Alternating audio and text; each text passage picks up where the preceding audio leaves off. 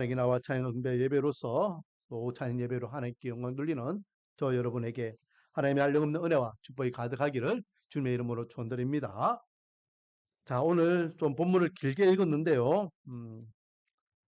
자, 오늘도 지도를 먼저 보면서 오늘 전체적인 배경을 제가 설명하겠습니다. 자, 지난주에 어떤 일이 있었습니까? 지난주에 블레셋이 사울을 치기 위해서 군대를 이끌고 올라갔죠. 올라가면서 블레셋의 모든 군대가 다 총동원됩니다. 그렇죠? 그래서 시글락에 있던 다윗 군대도 동참하게 돼요. 그런데 저 위에 아벡이라는 보이죠? 아벡에 이제 집결해요. 집결. 다 집결해가지고 보니까 블레셋의 방백들이 야 다윗은 이스라엘 사람이 아니냐? 사울 왕의 사위가 아니냐? 우리하고 같이 갔다가 사울 만져해가지고 우리를 배반하고 사울에게 돌아가면은 우리는 낭패다. 사울하고 다윗하고 같이 못 간다. 그러니 아기스 왕이 어, 다윗 나는 너를 아는데 다른 방백들이 좀 불편해한다. 그러니 너는 이만하고 돌아가라. 그래서 돌아와요. 아벡에서 돌아옵니다. 시글락으로 돌아오는데 이 돌아왔다가 가는 이 길이 3일길이 3일. 갔다가 오는 3일길.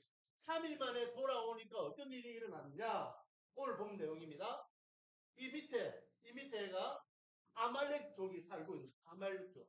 아말렉족에 딱 보니까 블레셋이 전쟁하러 다 올라간 거예요. 오늘 아침에도 제가 말씀드렸지만 이제 이 수업들이 빈털터리에 아이하고 여자들만 있는 거예요. 시글락도 마찬가지.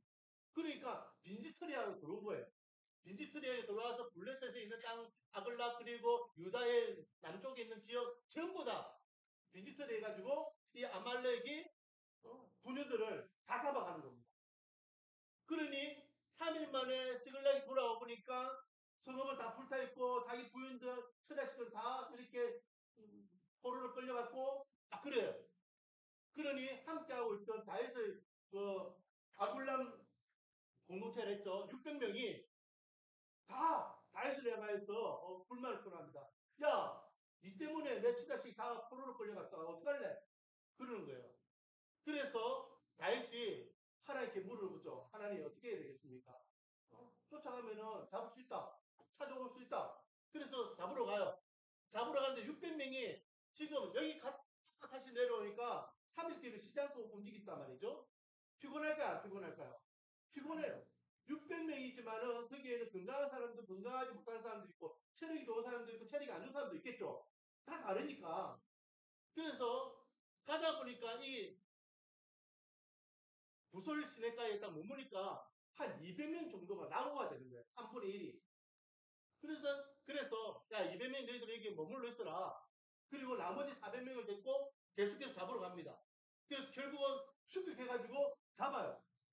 그런데 그 길목에서 누구를 만나게 되냐면 애굽에서 그 아말렉의 포로로 끌려와서 종살이하는 젊은 아이 한 명을 만나게 돼요. 근데 이 아이가 3일 전에 버림집을 당한 거야.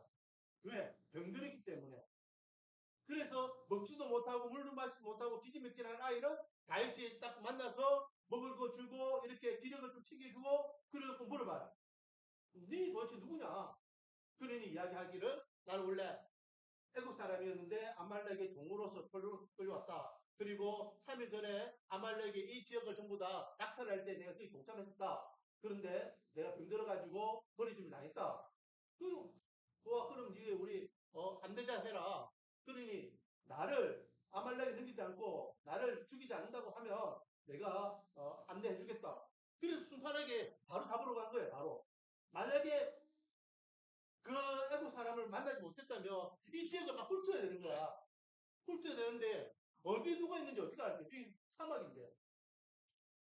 요즘 제가 재밌게 보고 있는 그 프로가 뭐가 있냐면 위대한 가이드. 위대한 가이드라는 프로를 보고 있거든요. 거기가 지금 어느 편이냐면은 요르단 편이에요. 요르단. 요르단이 어디냐면 여기가 요르단이 여기가. 이 지역이 이 지역. 여기에 막 박명수하고 막 가가지고 막 이렇게 보는데 어마어마하게 산골짜기, 어마어마하게. 어마어마한 산골짜기. 돌산들인데 그 길들로 완전히 비집은 길들을 막이 돼 있어요. 만약에 다윗이 이 아말렉을 잡으러 간다면은 그 골짜기를 다 들고 다녀야 되는 거예요. 잡을 수 없는 확률이야. 그런데 이 애국 사람을 만남으로 인해서 그들이 지금 어디에 있다는 것을 추측하게 되고 바로 가서 바로 잡게 되는 거예요. 그리고 자기 처자식들 빼앗겼던 모든 전리품을 다 가지고 돌아오게 됩니다. 돌아와서 무솔에 머물러서 200명과 함께하는 그들을 다시 합사하게 되고 다시 시글락으로 돌아왔다라는 내용을 전체적인 내용이에요. 이해했죠? 자, 그러면 오늘 본문을 통해서 우리에게 주시는 교훈이 뭘까 한번 생각해 보겠습니다. 자, 오늘 제목이요. 시글락의 아픔이라고 이야기했는데 이 다윗과 함께한 600명 이 공동체를 우리는 아둘람 공동체라고 이야기합니다. 다윗과 함께하는 무리들. 그래서 함께 서로 위로하고 격려하고 하면서 그렇게 생활하는 겁니다. 근데 여러분 좋을 때는요 아무 문제가 없어요. 좋을 때는 아무 문제가 없어요.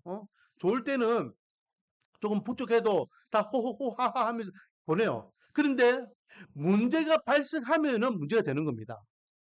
그동안 이 아굴람 공동체는요 문제가 없었습니다. 나의 중심으로 하나님께서 함께 해주셨기 때문에 무탈하게 이렇게 잘 지내왔어요. 그 문제가 없었습니다. 그런데 오늘 문제가 생긴 거예요. 특히 무엇에 대한 문제이냐? 처자식, 자기 가족에 대한 문제가 발생한 거예요. 금방 이야기했던 대로 아벡에서 돌아와 보니까 시글락이 완전히 불타고 처자식들이 다 뺏김을 당하고 그 포로로 끌려가고 또 전리품들 다 뺏기고 막 그랬어요. 그래서 4절 말씀 보세요. 4절. 나잇과 그와 함께한 백성이 울 기력이 없도록 소리를 높여 울었더라. 대성통곡했다는 거예요. 더 이상 울 힘이 없을 만큼 울었다는 거예요. 그리고 정신 차려 보니까 자기들 눈에 보이는 한 인물 있죠. 누굽니까? 다윗. 다윗. 그래서 사람들이 들고 일어나는 거예요. 저 다윗 때문에, 저 다윗 때문에 내 처자식이 잡혀갔다. 저 다윗만 우리가 안 따라왔다면, 저 다윗이 그런 결정만 안 했다면 하면서 모두 원망을 다윗에게 돌리네요. 그래서 다윗이 어떻게 하려고 합니까? 4절, 6절. 백성이 자녀들 때문에 마음이 슬퍼서 다윗을 돌로 치고자 했습니다. 돌로 치고자. 제가 오늘 아침에도 얘기했지만 그 전에 좋았던 기억은 하나도 없다니까요. 안 좋은 건 눈에 보이는 것만 갖고 이야기하는 게 인간의 악한 본성이에요. 그동안 좋았던 거기에 대해서는 생각도 못하고 다윗이 자기들 위하여 해주었던 것은 생각도 안 하고 지금 당장 처자식이 없는 것 때문에 이제 다윗을 향하여서 분풀이를 하려고 돌을 든 겁니다. 자, 이때에 다윗은 어떻게 해야 될까요? 야야야야, 나도 지금 아내 2명 다 잃었어. 니나 나나 똑같아 하면서 타이점을 이렇게 사람과 사람의 관계 속에서 타이점을 찾으려고 했을까요? 아닙니다. 다윗은요 항상 문제가 생기면 다윗은 무엇부터 했다? 하나님 앞에 기도부터 했습니다. 이게 기본적으로 신앙이에요. 저는요 기본적으로 어떤 사람을 싫어하냐면 말만 하는 사람이 싫어요. 말만 하는 사람. 말만 하는 사람. 그래서 사람들을 만나면은 자기가 어떤 사람인지를 말로 갖고 막 이야기하는 사람들이 있어요. 호응해줘요. 네, 그렇습니까? 그렇군요. 그러나 그것이 그 사람의 전부라고 다가 아니라고 저는 생각해요. 결국은 지내보면은 그 사람의 행동과 삶을 보면은 그 사람이 된됨을 알 수 있는 거예요. 다윗은요, 말만 하는 신앙인이 아니었습니다. 그는 몸으로 보여주는 신앙이었어요. 좋을 때만 하나님을 찬양하고 안 좋을 때는 하나님을 원망하고 그런 사람이 아니었다 했잖아요. 지금 다윗에게는요, 최고의 위기 중에 위기예요. 자기의 피부치가 불모로 끌려갔고 또 믿었던 아둘람 공동체가 자기를 향하여서 돌매질을 하려고 몰려들고 있습니다. 얼마나 절박한 상황입니까? 그래서 6절 뒷부분에 보면 다윗이 크게 다급하였으나 크게 다급하였 엄청나게 위기예요 지금. 이때 다윗은 무엇을 했다? 하나님께 기도. 여러분 이때 하나님께 기도하는데 다윗은요 뭐 어떻게 기도합니까? 빨리 제사장 아비아달에게 에봇을 가져오라. 에봇은 제사장들이 입는 내복이죠. 그러나 다윗은요 이 에봇을 좋아했어요. 마치 우리 부산 사람들 부산에만 볼 수 있는 광경 중에 하나가 뭔지 아십니까? 제가 사람방 모임식에서 한번 이야기했는데 부산에만 볼 수 있는 광경. 저는 어릴 적에는 당연한 줄 알았는데 제가 서울에 올라갔다가 또 다른 지역도 막 살다 보니까 야 이건 부산에만 볼 수 있는 광경이구나. 여러분 부산에만 볼 수 있는 특별한 광경이 있습니다. 그게 뭔지 아세요? 절복 입고 다니는 사람들이 있다는 거. 절복. 부산에는요 승복이라고도 하고 절복이라고 하죠. 절복 입고 다니는 사람들 그냥 불자들이 절복 입고 다니는 사람이 엄청나게 많아요. 저는 어릴 적에 당연한 줄 알았어요. 아, 저 사람 그냥 절에 다니는 사람 같다. 근데 다른 동네 한번 가보세요. 다른 동네. 다른 동네 가서 절복 입고 다니는 사람이 있는지 저는 아직 못 봤어요. 그 말은 무슨 말이죠? 부산이 불심이 이렇게 세다는 거예요. 스님들만 입어도 우리가 슬보 입은 스님들만 봐도 좀 불편한데 일반 성도들이요. 일반 불자들이 승복 입고 다닌다니까요. 보통 바지만 입고 다니는데 투철한 불심이 있는 사람들은요. 아루위로 다 입고 있어요. 머리만 안 깎았지 완전히 자기는 불자 최고의 어떤 불심 있는 것 같이 눈에 보여요. 다윗이 그래요. 다윗은 에봇을 그렇게 사랑했어요. 그래서 다윗은 어떤 특별한 일이 있을 때는 언제든지 에봇을 입었습니다. 그만큼 하나님께 나아가는 데 있어서 마음가짐이죠. 우리가 어떤 옷을 입느냐에 따라서 그 마음가짐이 달라지는 겁니다. 그래서 흔히 그런 말을 하죠. 남자들이요 한 번씩 개가 될 때가 있어요. 개가. 언제 개가 될까요? 아니에요. 군복을 입을 때. 군복. 어, 군복 입을 때 개가 됩니다. 그 예비군 훈련장 가면은 거기는 멀쩡한 남자들 한 명도 없어. 전부 다 개들이야, 개. 뭐 이건 좀 비하하는 소리인데 그만큼 이제 군복을 입으면은 사람들이 그렇게 좀 막 행동하게 되는 것을 이야기하죠. 그럼 무슨 옷을 입느냐에 따라 다른 겁니다. 우리가 교회 왔을 때에 옛날 어른들이요 교회에 나올 때에 옷에 대한 이야기를 많이 지적하는 이유가 뭡니까? 그래도 좀 갖춰 입으라는 거예요. 그래도 미국에 어떤 졸업식 졸업식을 준비하기 위한 작품전이 있었대요. 대학교에.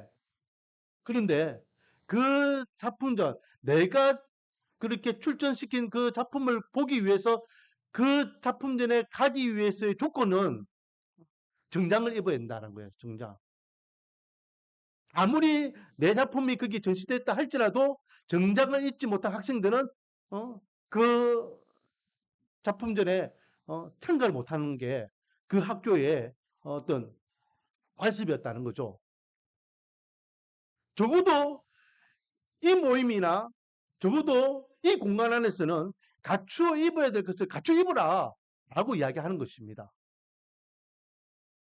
그래서 예전 우리 어른들은 교회 올 때에 뭐 반바지를 입는지 뭘 허름한 옷을 입는지 그런 것에 대해서 지적한 거예요.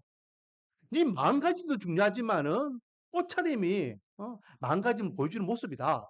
그래서 갖추어 입어라 라고 이야기하는 겁니다. 다윗은 그런 입장에서 하나님 앞에 나갈 때마다 그는 에봇을 입고 나갔어요. 그래서 법궤가 올 때도 다윗이 막 춤추댔잖아요. 춤추면서 그게 펄렁펄렁 해가지고 배꼽까지 보였다 했잖아요. 그게 바로 에봇이에요. 에봇. 여자로 이야기하면은 원피스, 통으로 딱 짜져 있는 원피스. 그러니까 그게 펄럭펄럭 하니까 밑에 하체가 다 보이는 거죠. 그러니까 그 모습을 본 미갈이 막, 그 왕이 처신머리 없이, 일반 백성들 앞에서 그렇게 춤추면서 배꼽 다 보인다고 조롱하는 거 아닙니까? 자, 오늘 본문에 지금 위기예요. 죽기 일보 직전입니다. 믿었던 형제들부터 돌매질을 당하기 일보 직전이에요. 그때에 다윗은 용기 내어서 하나님 앞에 기도의 자리로 나갑니다. 아무리 위기를 할지라도 허투루 대충 기도하지 않았어요. 아비아달에게 빨리 에봇을 가져오소서 해가지고 에봇을 입고 하나님 앞에 정식으로 기도합니다. 하나님, 어떻게 해야 되겠습니까? 쫓아가야 되겠습니까? 말아야 되겠습니까? 쫓아간다면 우리가 그들을 잡겠습니까? 안 잡겠습니까? 이 위급한 시기에 하나님께서는 즉답해 주시죠. 뭐라 하십니까? 쫓아가라. 그리고 반드시 되찾아오리라. 하나님께서 확답해 주셨어요. 우리는 위기일 때에 항상 기도 자리를 사모해야 될 줄 믿습니다. 그래서 오전 예배에 괴로움은 곧 뭐라 했습니까? 괴로움은 또 다른 은혜라 했잖아요. 은혜. 음. 이제는 일주일 만에 이야기하는 것도 아니고 오전에 이야기한 것도 못 맞추고 참 감사합니다. 그러니 제가 어떤 설교를 해도 뭐 새로운 설교인 것 같이 들어주니까 하나님이 어떻게 도와주시는지, 하나님께서 어떻게 은혜를 주시는지, 위기일 때에, 괴로울 때에, 고통스러울 때에 하나님 앞에 기도의 자리로 나가면 하나님께서 그 은혜를 부어주실 줄 믿습니다. 그러므로 고통이라, 괴로움이라고 해서 그게 무조건 잘못되는 게 아니에요. 오히려 그 고통이 하나님을 만나는 또 다른 은혜의 시간이 될 줄 믿습니다. 다윗은 그렇게 하나님께 기도하니까 하나님께서 응답해 주셨어요. 그래서 형제들아, 하나님께 기도하니까 하나님께서 아말렉을 우리 손에 붙이셨다. 그러니까 아말렉을 치기 위해서 이 600명이 다시 힘을 모읍니다. 그리고 아까 전에 이야기했던 대로 처음에는 자기 가족들을 되찾아야 된다는 의욕을 가지고 출발했지만은 체력이 약하고 기력이 약한 이들 있잖아요. 아까 전에 봤지만은 부설 시내가가요. 그렇게 먼 동네가 먼 거리가 아니에요. 그런데 이미 뒤처지는 자가 발생하기 시작합니다. 낙오자가 발생하기 시작하죠. 그러니 그들까지 같이 데리고 가려고 하니 추격자로서 너무 시간이 지체되니까 야 너희들은 여기 머물러 있어. 우리 갔다 올게. 그리고 200명은 그 자리에 두고 나머지 400명이 쫓아갑니다. 그리고 쫓아가는 그 길목에서 아까 이야기했던 애굽 사람을 만나게 되고 하나님의 은혜 가운데에 아말렉을 하루 종일 치게 되죠. 자, 17절 말씀. 다윗이 새벽부터 이튿날 저물 때까지 그들을 치매 낙타를 타고 도망한 소년 400명 외에는 피한 사람이 없었더라. 하루 종일 치는 거예요. 새벽부터 그 다음날까지 계속 치는 거예요. 그래서 몇 명만 살아남았다? 400명. 이 400명을 어떻게 살아남았어요? 낙타 타고 도망가 버렸으니까. 낙타 타고 도망가 버렸으니까 추격할 수 없는 거예요. 그리고 그 외에 나머지는 다 전멸시켜 버려요. 그리고 19절 보니까 그들이 약탈하였던 것과 곧 무리의 자녀들이나 빼앗았던 것은 크고 작은 것을 막론하고 아무것도 잃은 것이 없이 모두 다시 도로 찾아왔다. 모두 다 찾아왔습니다. 자, 그렇게 찾아오는 것을 20절에 보니까 다윗의 전리품이라고 이야기하고 있죠. 다윗이죠. 그러면 여러분 여기서 한번 이 전리품을 한번 생각해 볼까요? 자, 지금 다윗이 잃어버린 것은요, 얼만큼 잃어버렸죠? 다윗이 잃어버린 건 얼만큼입니까?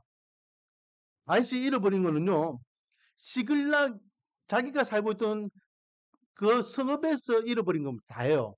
자기 처자식들이 뺏겼죠? 그리고 자기들이 생활하던 그 물건들만 뺏겼습니다. 그렇죠? 그런데 전리품으로 되찾은 건 얼마일까요? 자, 지도를 한번 볼까요? 다윗이 잃어버린 거는요, 이 동네 때문에 잃어버렸어. 그렇죠? 근데 찾아온 것은 이 일대를 잃어버렸던 것을 다 찾아온 거야. 전리품이 엄청난 겁니다, 지금. 보통 양이 아니에요. 한 마을 두 마을도 아닙니다. 보세요. 14절. 그가 그랏 사람의 남방과 유다에 속한 지방과 갈렙 지방을 침노하고 시글락을 불살랐다. 그러니까 이 지역이 다 이야기. 이 지역을 다 이야기하는 거예요. 이 지역 애국 사람이 자기가 그 아말렉이 침노할 때에 같이 있었잖아요. 우리가 어느 지역을 지금 침노했고 시글락도 우리가 침입한 거 맞다 이야기해 주는 겁니다.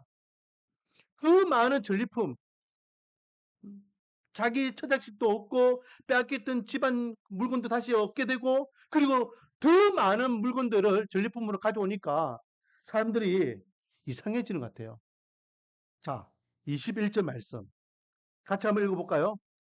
시작. 다윗이 전에 피곤하여 능히 자기를 따르지 못하므로 부솔 시내에 머물게 한 200명에게 오매 그들이 다윗과 그와 함께한 백성을 영접하러 나오는지라 다윗이 그 백성에게 이르러 문안하매.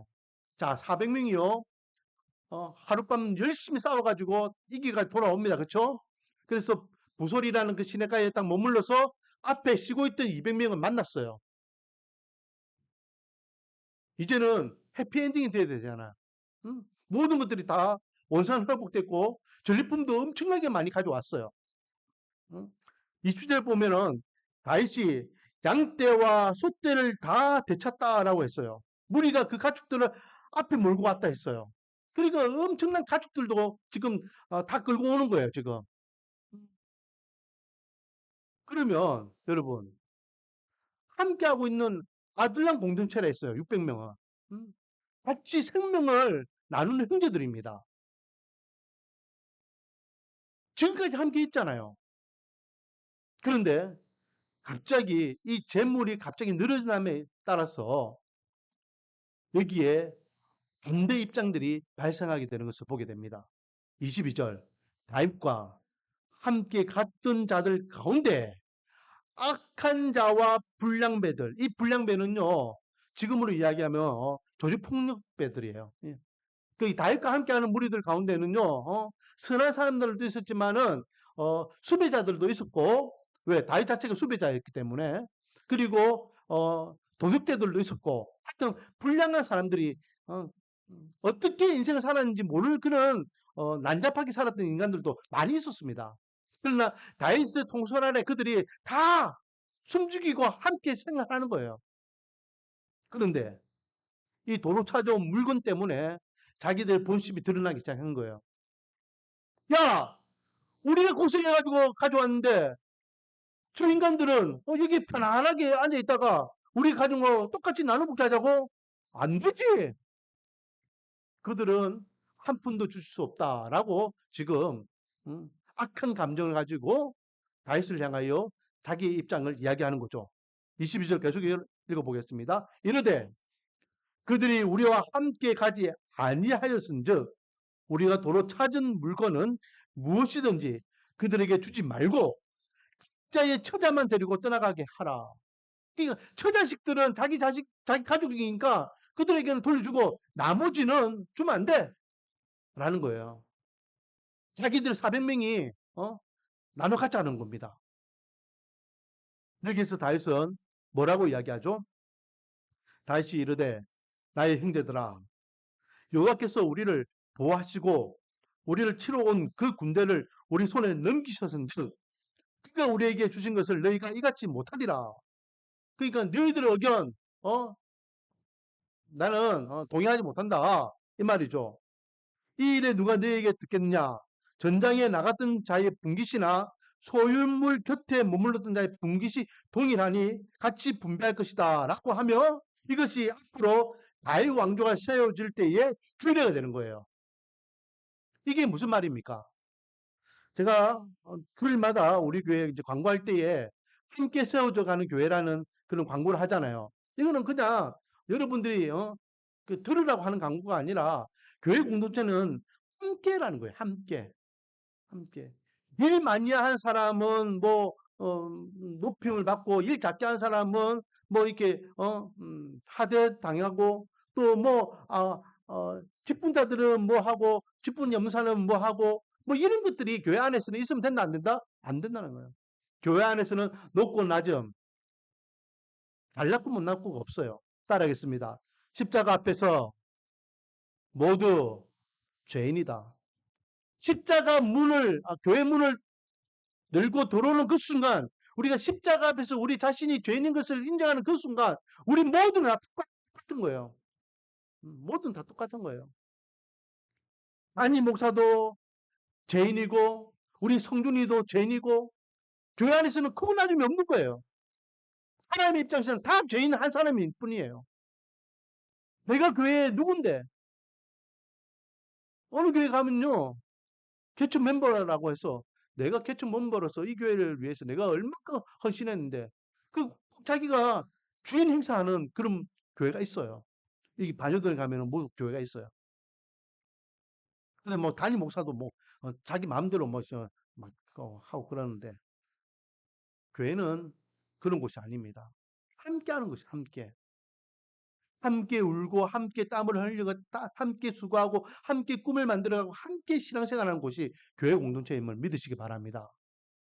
다윗은 그걸 이야기하고 있어요. 야, 하나님께서 보호해 주시지 않았으면, 하나님께서 애굽 사람을 우리에게 만나게 해주지 않았으면, 하나님께서 우리에게 전투력을 세워 주셔가지고 그 전쟁에서 이기지 못하게 하셨으면 우리는 지금 가족들 되찾을 수 없었어. 이 전리품 우리 거 아니야. 하나님의 보호하심과 하나님의 인도하심으로 우리가 지금 이 자리에 있는 거야. 그러므로 우리는 다 함께 하나님의 은혜 가운데에 있는 은혜 공동체 아니니? 그러니 무엇이든지 함께 하는 거야.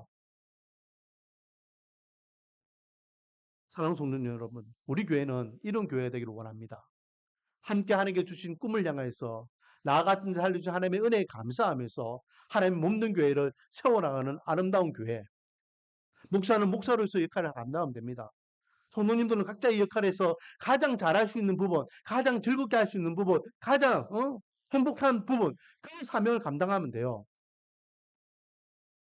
이렇게 한 사람 한 사람의 성김과 헌신 위에 교회는 건강하게 아름답게 세워질 줄 믿습니다.